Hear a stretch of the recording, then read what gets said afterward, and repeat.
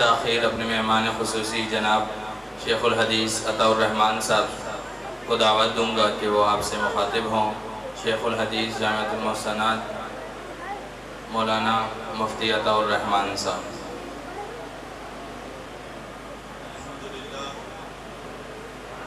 الحمدللہ رب العالمین وخیر العاقبۃ للمتقین، الصلاۃ والسلام علی خیر الانبیاء والمرسلین وعلی آلہ واصحابہ اجمعین، صلاۃ و سلاما لا غایۃ لہما ولا نہایہ۔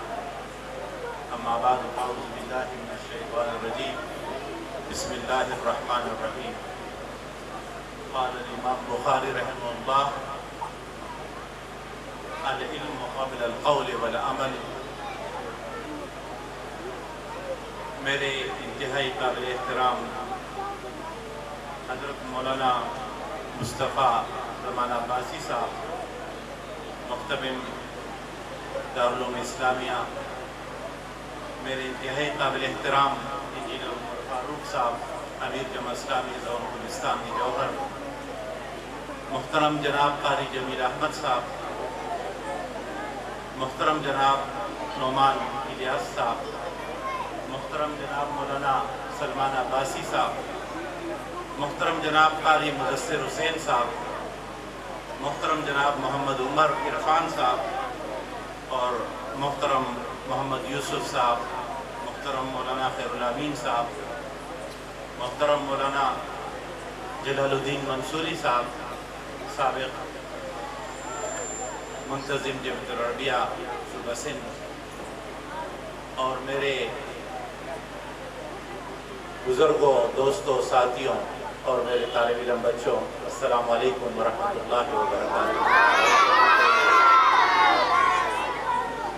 میرے لیے، آپ کے لیے، اس محفل میں شریک ہر فرد کے لیے ہی نہیں، اس گلی، اس محلے، اس گوٹ، اس علاقے، اس زون اور اس شہر کے لیے آج کے یہ لمحات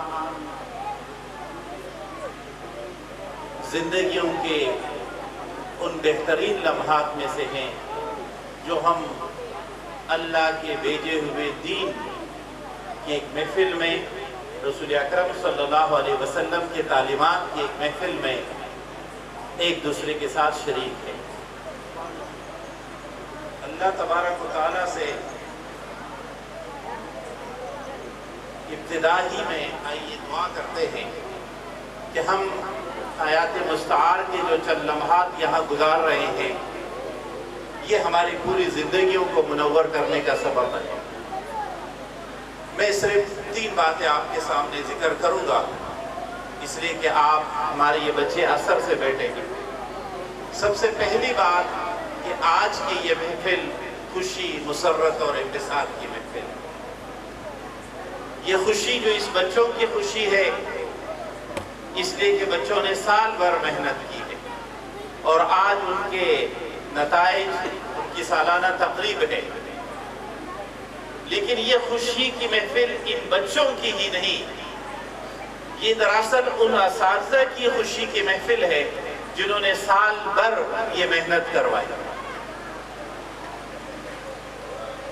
اور نہ صرف ان اساتذہ کی عظمت کو آج خراج تحسین پیش کرنے کا موقع ہے، بلکہ یہ محفل ان والدین کی بھی خوشی کی محفل ہے، خصوصاً وہ والدائیں، وہ مائیں جو آج یہاں موجود نہیں ہیں، لیکن انہوں نے سال بھر جس طرح اپنے بچے کو بروقت مدرسہ بھیجنے کے لیے جو محنت کی ہے، وہ یاد کرانے، پڑھانے ہی کے لیے جو محنت کی ہے، یہ آج کی خوشی کی محفل، یہ مسرتوں کی محفل، یہ مبارکبادیوں کی محفل، یہ دراصل ان طالب علموں، ان اساتذہ، اس مدرسے کی انتظامیہ اور ان والدین کے نام ہے جنہوں نے سال بھر کی محنت کی، اور آج میں اور آپ ان سب کو مبارکباد پیش کریں۔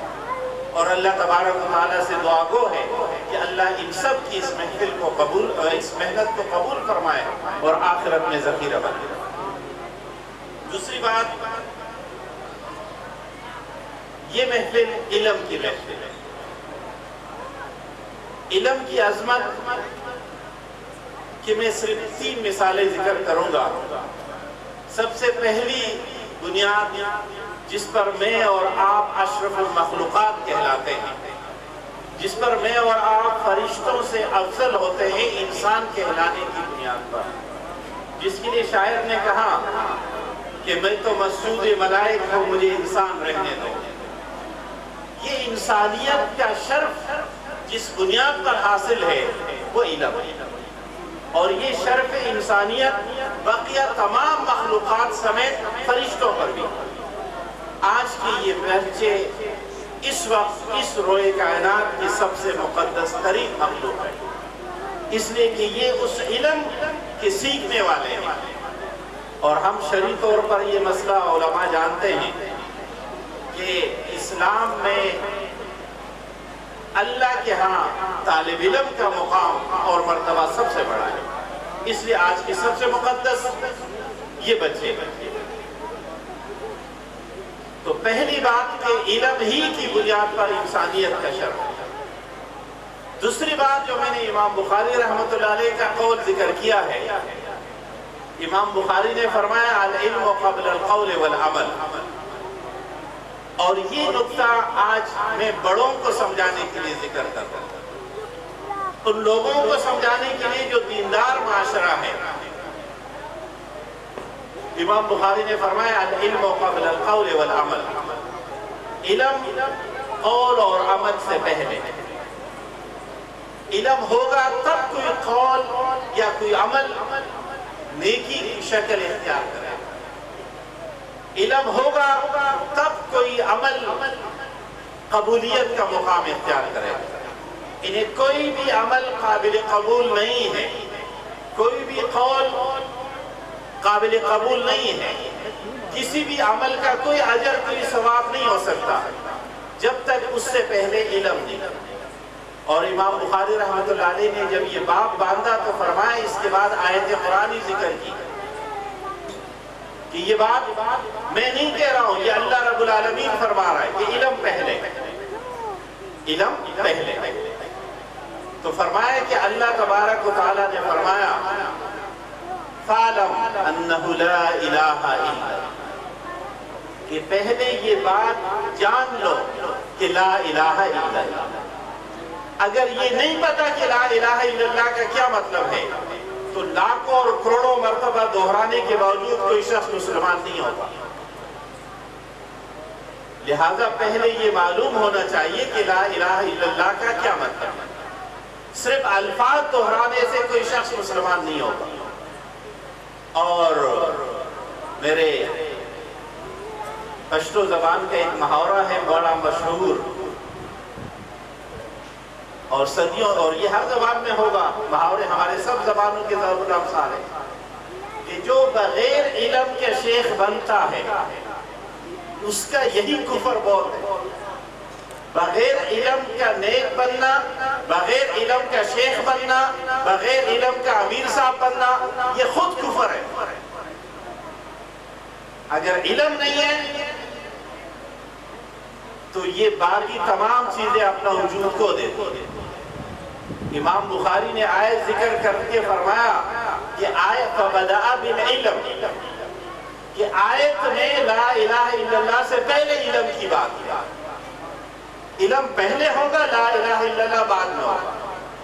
گویا اسلام دنیا کا وہ واحد مذہب ہے جو اپنے قبولیت کے لیے، ایمان کے لیے بھی علم کو شرط ٹھہراتا ہے۔ اگر علم نہیں ہے تو ایمان ہی قابل قبول نہیں ہے۔ میں یہ نہیں کہتا کہ علم سے مراد یہ ہے کہ یہ سب کتابیں ہم سب کو یاد ہو، بلکہ علم کا وہ کم از کم درجہ جس سے ہم اللہ کی معرفت حاصل کرتے ہیں، جس پہ ہم لا الہ الا اللہ کو جانتے ہیں، جس سے ہم محمد رسول اللہ کی اطاعت کرتے ہیں۔ یہ علم ہر مسلمان کے لیے فرض ہے۔ اس لیے رسول اللہ صلی اللہ علیہ وسلم نے فرمایا طلب العلم فریضۃ علی کل مسلم، اور امام بخاری کی حدیث میں مسلمۃ کا لفظ ہے کہ علم کا حصول فرض ہے ہر مسلمان پر۔ اور اس کی ایک اور پہلو سے ہمارے فقہاء نے وضاحت کی۔ آپ جانتے ہیں ہم ایک اصطلاح استعمال کرتے ہیں دارالعلم اور دارالاسلام۔ اسلامی ریاست، مسلمانوں کی ریاست، دارالاسلام کی تعریف کیا ہے؟ ہم کس ریاست کو اسلامی ریاست کہیں گے؟ فقہاء نے لکھا، ہدایت کے الفاظ ہیں کہ دارالاسلام کیا ہے؟ ہوا دارالعلم۔ دارالاسلام دراصل دارالعلم کا نام ہے۔ اسلامی ریاست جہالت کے مقام و مرتبے یا جہالت کی بنیاد پر قائم نہیں ہو سکتا۔ میرے اور آپ کے ایمان کا محور و مرکز ہے مدینہ النبی صلی اللہ علیہ وسلم۔ ہم میں سے کون ہے جسے مدینے سے محبت نہیں؟ ایمان کامل ہی نہیں ہو سکتا۔ رسول پر ایمان کا تقاضا رسول کے ہر سے وابستہ ہر شاعر سے محبت۔ لیکن مدینے کا یہ معاشرہ کیا تھا جس کی بنیاد پر آج تک میں اور آپ مدینہ سے محبت کرتے ہیں؟ وہ معاشرہ علم کا معاشرہ ہے۔ اور میں ایک مثال ذکر کر دوں، رسول اکرم صلی اللہ علیہ وسلم وفات پا چکے ہیں۔ آپ صلی اللہ علیہ وسلم کے چچا زاد بھائی عبداللہ ابن عباس رضی اللہ تعالیٰ عنہما، عباس آپ کے چچا تھے، عبداللہ ان کا بیٹا ہے۔ عبداللہ جا کر ابی رضی اللہ تعالیٰ عنہ کے گھر کے سامنے بیٹھتے، گھنٹے گزرتے ہیں، بعد میں ابی رضی اللہ تعالیٰ عنہ گھر سے نکلتے ہیں تو ایک شخص دروازے میں بیٹھا ہے، پسینہ نکل کر اور اس پر ریت پڑ کر چہرے پہ پلستر چڑھ گیا۔ انہوں نے پہچانا نہیں۔ جب انہوں نے سلام کیا السلام علیکم، تو تب انہوں نے کہا اچھا آپ ہیں یا ابن عم رسول اللہ صلی اللہ علیہ وسلم، یہ رسول اللہ صلی اللہ علیہ وسلم کے چچا زاد بھائی آپ آئے ہیں میرے گھر کے دروازے میں گھنٹوں سے بیٹھے ہیں، مجھے بلایا نہیں، کٹکھٹایا نہیں۔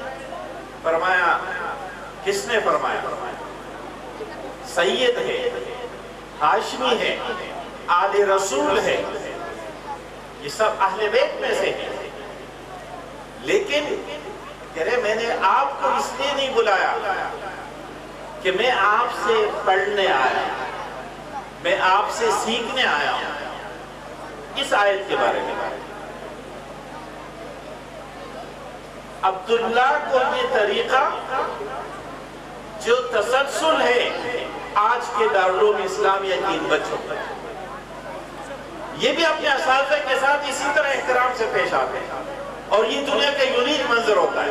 آپ نے یونیورسٹیوں میں بار بار سنا ہوگا کہ اسٹوڈنٹ نے پروفیسر کو کرسی سے اٹھا کر بھیج دیا، لیکن آپ نے کبھی مدرسے میں یہ نہیں سنا ہوگا، اس لیے کہ یہ رسول اللہ صلی اللہ علیہ وسلم کے قائم کیے ہوئے مدرسے کا تسلسل ہے جو آج تک جاری ہے۔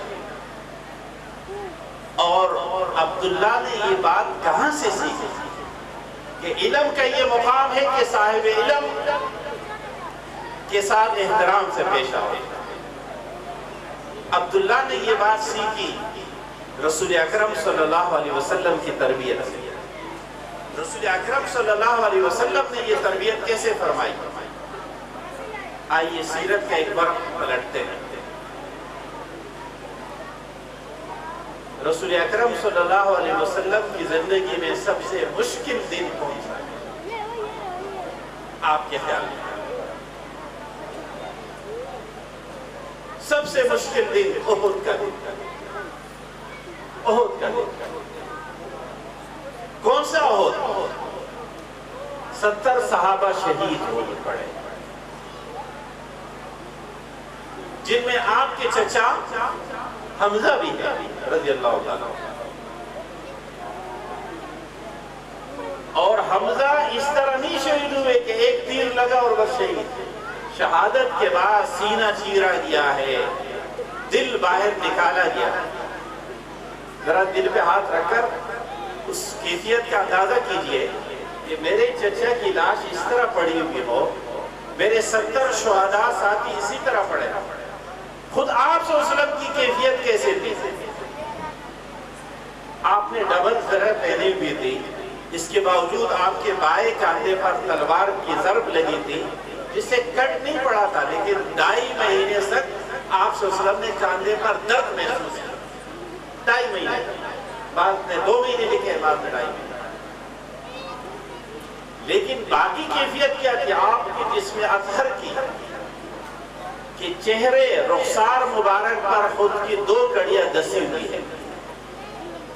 آپ صلی اللہ علیہ وسلم کے دانت اسی غزے میں شہید ہوئے۔ یہ کڑیاں کیسے دسی ہوئی تھی؟ آئیے ایک صحابی سے واقعہ سنتے ہیں۔ جب صحابہ نے چاہا کہ ہم ان کڑیوں کو باہر نکالتے، لوہے کی 2 کڑیاں، تو کینے سمجھ میں صدیق آگے بڑھتے کہ میں نکالتا ہوں، تو عبد الرحمن ابن عوف فرماتے ہیں ابو بکر یہ سعادت مجھے دے دی، آپ نے بہت سعادتیں سمیٹ لی ہے، ذرا مجھے موقع دیجئے، یہ خود کی کڑیاں میں نکالتا ہوں۔ اور ظاہر ہے کوئی اوزار تو تھے نہیں، کوئی سرجن بھی نہیں ہے، تو میرے اور آپ کے نبی مہربان کے چہرے سے یہ لوہے کی کڑیاں کیسے نکالی گئی؟ دانتوں سے پکڑ کر کھینچا، اور گہرائی کا اندازہ یہ نکالے کہ پہلی کڑی نکلی تو عبد الرحمن کا ایک دانت گیا۔ ہم رسول اللہ صلی اللہ علیہ وسلم کے شہید دانتوں کا ذکر ہم بہت کرتے ہیں، ان کے بھی دانت گیا۔ پھر ابو بکر آگے بڑھتے کہ دوسری کڑی میں نکالتا ہوں، آپ کا منہ زخمی ہو گیا، فرمایا نہیں، پوری سعادت لے لیں۔ دوسری کڑی نکالتے اور دوسرا دانت گرتا ہے۔ عبد الرحمن ابن عوف کا یہ کیفیت ہے رسول اللہ صلی اللہ علیہ وسلم کی جسم کی۔ جسم ظاہراً بھی زخموں سے چور ہے، دل و دماغ و ذہن بھی زخمی ہے، اور یہ تکلیف کا اندازہ اس سے لگائے کہ ان شہداء کی نماز جنازہ، ہنگامی حالت یہ کہ ان شہداء کی نماز جنازہ نہیں پڑھی گئی۔ 8 سال بعد وفات سے پہلے رسول اللہ صلی اللہ علیہ وسلم یہاں تشریف لائے اور نماز جنازہ پڑھا۔ یعنی ان مشکل حالات میں جب نماز جنازے کا موقع نہیں ہے تو تدفین کا کیا کریں گے؟ رسول اللہ صلی اللہ علیہ وسلم کی زندگی میں پہلی مرتبہ آپ صلی اللہ علیہ وسلم نے فرمایا اجتماعی تدفین ہوگی، صحابہ تھکے ہوئے ہیں، الگ الگ قبر کھودنے کی سکت نہیں ہے، اب لمبی قبر تیار ہو۔ امام بخاری نے اس حدیث کو اسی پس منظر میں، قبریں تیار ہو گئی، 70 شہداء کی لاشیں پڑی ہیں، اور یہ شہداء کون ہیں؟ یہ تعارف کا وقت نہیں، ان میں مصعب بھی ہے،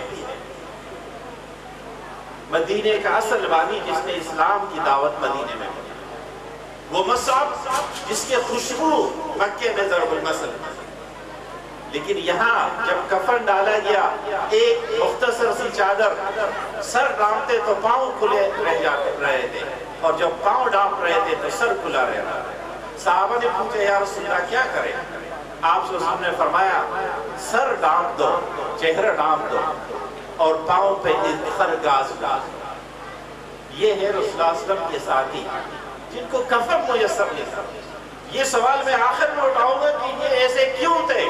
ان کا مسئلہ نہیں تھا، ہمارا مسئلہ تھا، ہمارے لیے انہوں نے اپنی زندگی اس طرح گزاری۔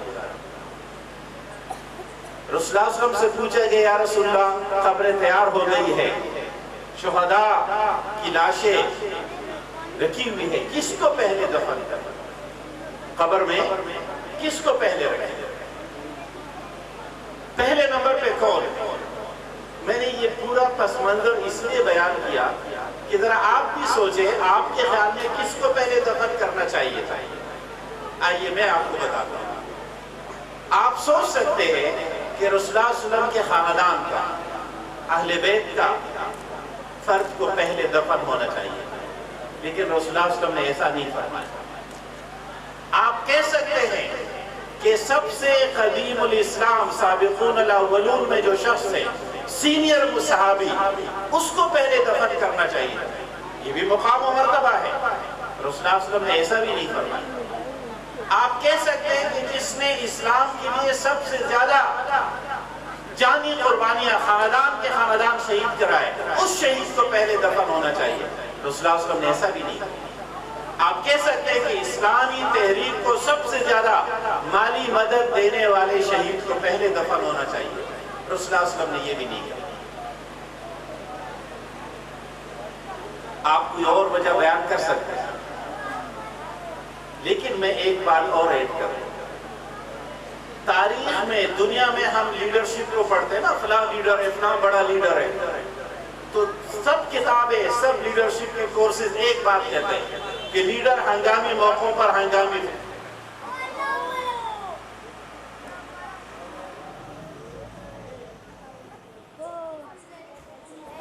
سب لوگ اس اصول کو بیان کرتے ہیں کہ لیڈر ہنگامی موقع پر ہنگامی فیصلے کرتا ہے، لیکن دنیا کا واحد اکلوتا پہلا اور آخری لیڈر ہے میرے اور آپ کا نبی مہربان محمد مصطفیٰ صلی اللہ علیہ وسلم، جنہوں نے پوری زندگی میں کبھی بھی کوئی ہنگامی فیصلہ نہیں کیا.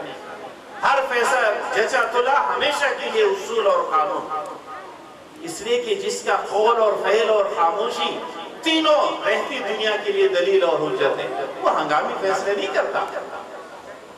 تو رسول اکرم صلی اللہ علیہ وسلم نے اس موقع پر بھی کوئی ہنگامی، جسم کی کیفیت، ساتھیوں کی کیفیت، دل کے زخموں کی کیفیت میں نے آپ سے ذکر کر رسول اکرم صلی اللہ علیہ وسلم نے لمحہ بھر میں بلا کسی توقف کے فرمایا جس کو قرآن زیادہ آتا ہے اسے پہلے دفن کرنا. قرآن کی تعلیم، قرآن کی بنیاد پر عظمت، علم کی بنیاد پر رفعت اور بلندی، یہ اسلام کا پورا امتیاز ہے. یہ رسول اکرم صلی اللہ علیہ وسلم نے اس مشکل ترین موقع پر بھی یہ پیغام اور یہ سبق اپنے ساتھیوں، شاگردوں اور صحابہ رضوان اللہ علیہ اجمعین کو منتقل کیا کہ حالات کچھ بھی ہو، مشکلات کچھ بھی ہو، برتری اور عظمت علم کو حاصل ہو، اور وہ معاشرہ مدینے کا معاشرہ بنے گا جس کے لیے میں اور آپ کوشاں ہے کہ ہم خدا کرے وہ دن پاکستان میں آئے جب ہم مدینہ جیسے معاشرہ یہاں قائم کر سکیں. تو مدینے کا معاشرہ علم سے قائم ہے، اور یہی وہ تعلیم اور سبق جو رسول اکرم صلی اللہ علیہ وسلم نے اپنے ساتھیوں کو دیا، اپنے صحابہ کو دیا، اور اس کا تسلسل آج کا یہ دارالعلوم اسلامیہ ہے جو اس کڑی کا حصہ ہے، اس زنجیر کا حصہ ہے جو مصطفیٰ زمان، مولانا مصطفیٰ زمان سے شروع ہوتا ہے یہاں سے اور محمد مصطفیٰ صلی اللہ علیہ وسلم تک کا. یہ اساتذہ جو یہاں ان بچوں کے ہیں یہ اس کڑی کا حصہ ہے. یہ اپنی طرف سے کچھ نہیں سکھاتے، یہ وہی سکھاتے ہیں جو پیغمبر نے اپنے ساتھ شاگردوں کو سکھایا. پیغمبر کے شاگردوں نے 1400 سال میں وہی سکھاتے گئے یہاں تک کہ آپ کی گلی محلے اور آپ کے گھر تک پہنچا. وہی قرآن جو ابو بکر کے پاس تھا وہی قرآن آپ کے گھر میں ہے، وہی قرآن میرے گھر میں ہے. کیا کوئی یہ کہہ سکتا ہے کہ میرا قرآن اور ہے، ابو بکر کے پاس کوئی اور قرآن تھا؟ عمر کے گھر میں یہی قرآن تھا رضوان اللہ علیہ اجمعین. فرق کس چیز کا ہے؟ قرآن وہی ہے، علم وہی ہے. اور میں آخری بات یہی ذکر کروں گا کہ یہ فرق کیا ہے. رسول اکرم صلی اللہ علیہ وسلم نے قرآن سکھایا، قرآن کا احترام سکھایا. ہم سب کرتے ہیں، کیسے کرتے ہیں؟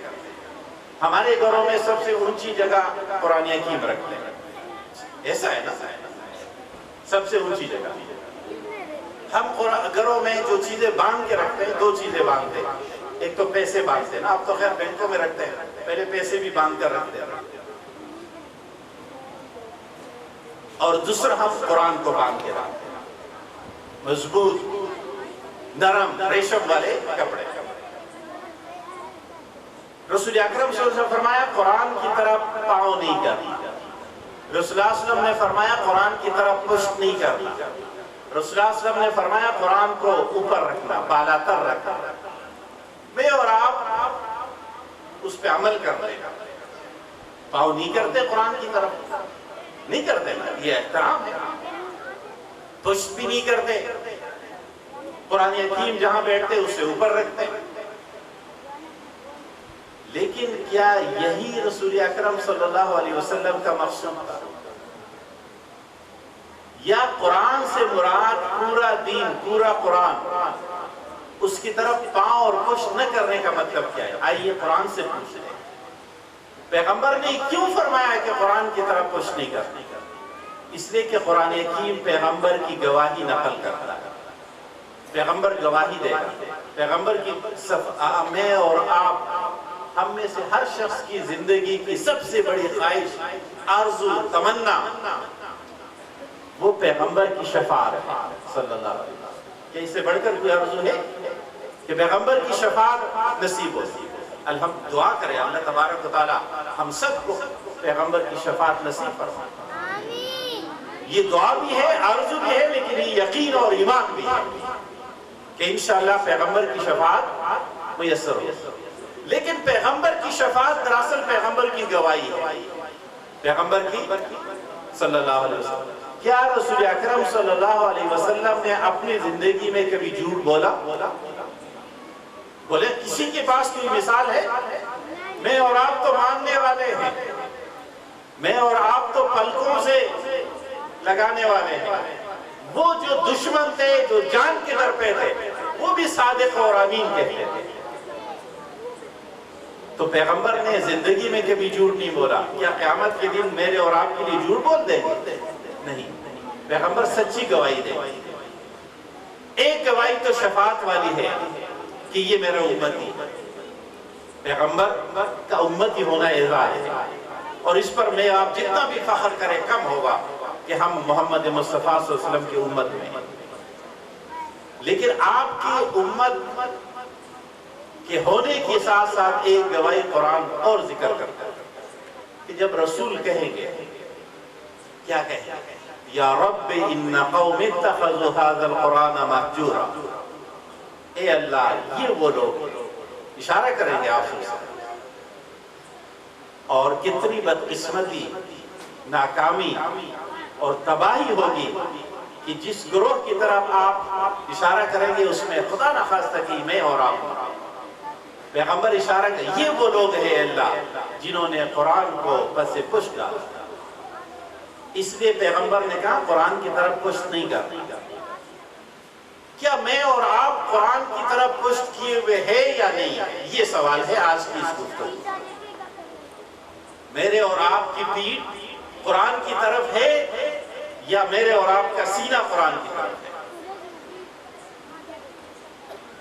اگر میرے اور آپ کا سینہ قرآن کی طرف ہوتا، اگر میرے اور آپ کی اس معاشرے اور اس ملک میں قرآن بالاتر ہوتا، سپریم لا ہوتا، سب سے بالاتر قانون ہوتا، اگر میرے اور آپ کے اس ملک میں ہر قانون قرآن کے تابع ہوتا، تو کیا اس ملک میں یہ ممکن تھا کہ آدمی پھانسی چڑھ جائے، 2 مہینے بعد سپریم کورٹ فیصلہ کرتا ہے کہ یہ بے گناہ تھا؟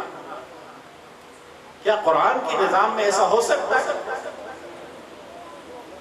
کہ اتنے سینکڑوں جج کروڑوں کی تنخواہیں لیتے ہوئے انصاف کا معیار یہ ہے؟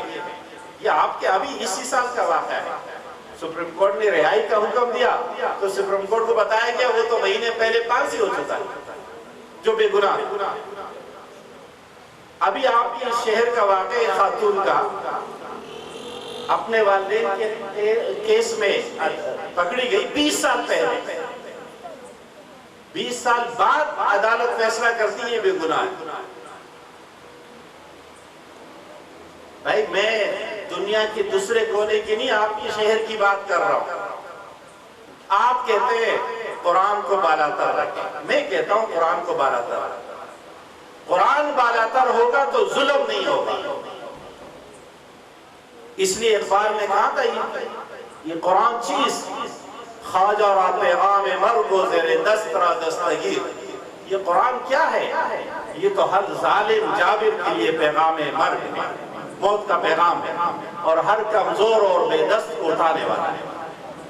اس کے مقابلے میں دنیا کے جو قوانین ہیں وہ ہر طاقتور کے ساتھ، کہ آپ نے اس ملک میں کسی طاقتور، کسی خان وڈیرے، کسی بڑے کو کوئی بڑی سزا ہوتی دیکھیے؟ میرے اور آپ کے پڑوسی ارد گرد معاشرے کے کمزور طبقے کے لوگ آئے دن یہ اس سال کے شروع میں جتنے سزائے موتیں ملی ان میں کوئی بڑا آدمی تھا؟ یہ وہ فرق ہے کہ میں اور آپ یہ حقیقت تسلیم کر لیں کہ ہم نے صرف قرآن حکیم کے نسخے کو اوپر رکھنا قرآن کا احترام سمجھ لیا ہے۔ قرآن کا احترام یہ ہے کہ قرآن کا قانون بالاتر ہو، قرآن کا نظام بالاتر ہو۔ قرآنی نظام یا نظام مصطفیٰ اگر ہوگا تو میرے اور آپ کے مسائل کا حل بھی ہے اور میرے اور آپ کے قرآن کی بالادستی بھی ہے۔ اگر نظام مصطفیٰ نہیں ہوگا تو اقبال نے کہا اگر بہو نہ رسیدی تمام بولا حبیب، اگر اس تک نہ پہنچے محمد مصطفیٰ تک، اس کی مہر نہ ہو، محمد کی سند نہ ہو، تو پھر صرف ابو لہب کی اتباع اور پیروکاری ہے جس میں ہم سب شریک ہیں۔ تو میرے دوستوں اور بھائی، قرآن کی تعلیم، قرآن کی عظمت مکمل فائدہ تب دے گا جب تین کام ہو۔ خلاصہ آج کی پوری گفتگو، نمبر 1 تعلیم قرآن، قرآن کی تعلیم۔ ہر شخص، ہر بچہ، ہر خاتون، ہر مرد جو بھی ہے، قرآن کی تعلیم سے دامن خالی نہ رہے۔ اور یہ بات میں صرف بچوں کے لیے نہیں، آپ بزرگوں کے لیے بھی کہہ رہا ہوں۔ امام بخاری بھی عجیب ہے، انہوں نے اس طرح بھی اشارہ کیا، فرمایا یہ علم کے لیے کوئی عمر کی قید نہیں ہے۔ اور دلیل اور مثال میں صحابہ رضوان اللہ علیہ مجمعین کا ذکر کیا کہ یہ سب تو بڑھاپے میں پڑھنے لگے تھے۔ یہ صحابہ رضوان اللہ علیہ مجمعین جتنے مسلمان ہوئے تو بڑی عمر تھی، آپ سے بھی بڑے عمر میں۔ تو علم کے لیے کوئی عمر کی قید نہیں۔ تو پہلا فارمولہ یاد رکھیں، نمبر 1 تعلیم قرآن، ناظرہ، ترجمہ، تفسیر اور تمام ایڈوانس اسٹڈیز کے ساتھ قرآن کی تعلیم۔ نمبر 2 دعوت قرآن، قرآن کے نظام کی طرف دعوت، تبلیغ قرآن، قرآن کی دعوت، قرآن کی تبلیغ، یہ پیغمبر کا کام ہے۔ پیغمبر اس دنیا میں آئے ہی قرآن لِتُبَيِّنَ لِلنَّاسِ مَا نُزِلَ، کہ قرآن کو سمجھا دے جو ان لوگوں کے لیے نازل ہوا۔ تو پیغمبرانہ مشن، پیغمبرانہ طرز عمل، پیغمبرانہ طرز فکر کیا ہے؟ قرآن کی تعلیم۔ یہ جو آپ کے بچے، یہ جو اساتذہ سکھا رہے ہیں، یہ پیغمبرانہ کام ہے، اور یہی ختم نبوت کا پیغام بھی ہے۔ اگر یہ سب کچھ نہ ہو، یہ اساتذہ نہ پڑھائے، یہ طلبہ نہیں پڑھے، پھر پیغمبر ضروری ہے کہ وہ آئے تاکہ وہ پڑھائے۔ اگر پیغمبر کے بعد کوئی دوسرا نبی نہیں ہے تو پھر لامحالہ یہ ذمہ داری امت کی ہے کہ وہ پیغمبر کی تعلیمات کو جاری رکھے۔ تو 2 نقطے میں نے بتایا، پہلا نقطہ تعلیم قرآن، دوسرا نقطہ تبلیغ قرآن، تبلیغ دین، دعوت دین، اور تیسرا نقطہ جس کے بغیر یہ دونوں بیمانی اور فضول ہے، وہ ہے اقامت دین، تنفیذ دین۔ اگر دین نافذ نہیں ہو، اگر قرآن بالاتر نہیں ہو معاشرے میں، تو اگر یہ پورا معاشرہ نمازی اور روزہ دار بن جائے تب بھی اسلام کے فوائد نہیں ملیں گے۔ اگر اسلام سے پورے فوائد لینے ہیں تو پورا دین نافذ کرنا ہوگا، پورا قرآن نافذ کرنا ہوگا۔ ایک آیت سے بھی اگر نافذ نہیں ہوگی تو ہم اسی طرح پڑھتے پڑھاتے رہیں گے، کوئی فائدہ نہیں ہوگا۔ تو 3 نقطے میں دوبارہ دوہرا کر اپنی بات ختم کرتا ہوں۔ نمبر 1، یہ اس میں دوہرا رہا ہوں کہ آپ یاد کر لیں، تعلیم قرآن، تبلیغ قرآن، تنفیذ قرآن۔ ذرا ایک پر تو آپ بھی کہیں میرے ساتھ، نمبر 1 تعلیم قرآن، نمبر 2 تبلیغ قرآن، نمبر 3 تنفیذ قرآن۔ قرآن نافذ ہوگا، یہ سب سے اعلیٰ ترین درجہ ہے جس کے لیے پیغمبر صلی اللہ علیہ وسلم تشریف لائے۔ ورنہ تو تعلیم اور تبلیغ کے دونوں کام مکے میں ہو رہے تھے۔ مکے میں کون سا کام نہیں ہو رہا تھا؟ بولے، تنفیذ قرآن مکے میں نہیں ممکن نہیں تھا. آپ صلی اللہ علیہ وسلم نے ہجرت کی صرف تنفیذ قرآن کے لیے، اور چونکہ قرآن جس معاشرے میں نافذ ہوا وہی مدینہ النبی کہلائے. اس لیے مدینہ، ورنہ مدینہ کی مٹی بھی وہی ہے جو ہر جگہ کی مٹی ہے، اس کے پتھر بھی ویسے ہی ہے جیسے ہر جگہ کی ہے، لیکن مدینہ کا تقدس اس لیے کہ اس نے وہ معاشرہ دیکھا جس میں قرآن نافذ تھا. میں اسی امید کے ساتھ کہ میرے اور آپ کی کاوشیں بھی انہی 3 نکات کے گرد ہوگی کہ ہم قرآن حکیم کے نظام کے نافذ کرنے کے لیے ہر طرح کی کوشش کریں گے. جو بھی، جب بھی، جہاں بھی اس کی بات کرے گا ہم اس کا ساتھ دیں گے. ٹھیک ہے؟ قرآن کی بات، قرآن کی نفاذ کی بات جو بھی کرے گا، میری زبان بولنے والا ہو یا نہ ہو، میرے جیسا رنگ ہو یا نہ ہو، میری پارٹی سے تعلق رکھتا ہو یا نہیں رکھتا ہو، میری نسل سے تعلق رکھتا ہو یا نہیں رکھتا، رنگ، نسل، کلچر، کسی بھی تفریق کے بغیر قرآن ہم سب کا امام ہے. قرآن، اور جو قرآن کا امام بنائیں گے وہ دنیا کے امام بنیں گے. نہیں تو اسی طرح ذلیل ہوتے رہیں گے جس طرح ہو رہے ہیں. علامہ اقبال نے کہا تھا، میں نے تاریخ کو جب اور جہاں جہاں سے پڑھا ہے تو میں نے دیکھا کہ اس امت نے قرآن کو کبھی نہیں بچایا، بلکہ اس امت کو ہمیشہ قرآن نے بچایا. ہم آج جس مشکل میں ہیں ہمیں پھر قرآن بچا سکتا ہے اگر ہم قرآن حکیم کو تام لیں. میں آخر میں ایک مرتبہ پھر مبارکباد پیش کرتا ہوں دارالعلوم اسلامیہ کے محترم جناب مولانا مصطفیٰ زمان عباسی دامت برکاتہم العالیہ. آپ سب کو بھی مبارکباد، ان بچوں کو، بچوں کے والدین کو، اور اس مبارکباد اور خوشی کی اس محفل میں میں آپ سب کا شکر گزار ہوں کہ آپ نے مجھے بھی نیکیاں کمانے کا موقع عطا کیا. اللہ تبارک و تعالی ہماری دنیا اور آخرت سوار دے. اقول قولی ھذا استغفر اللہ لی و لکم و لسائر المسلمین.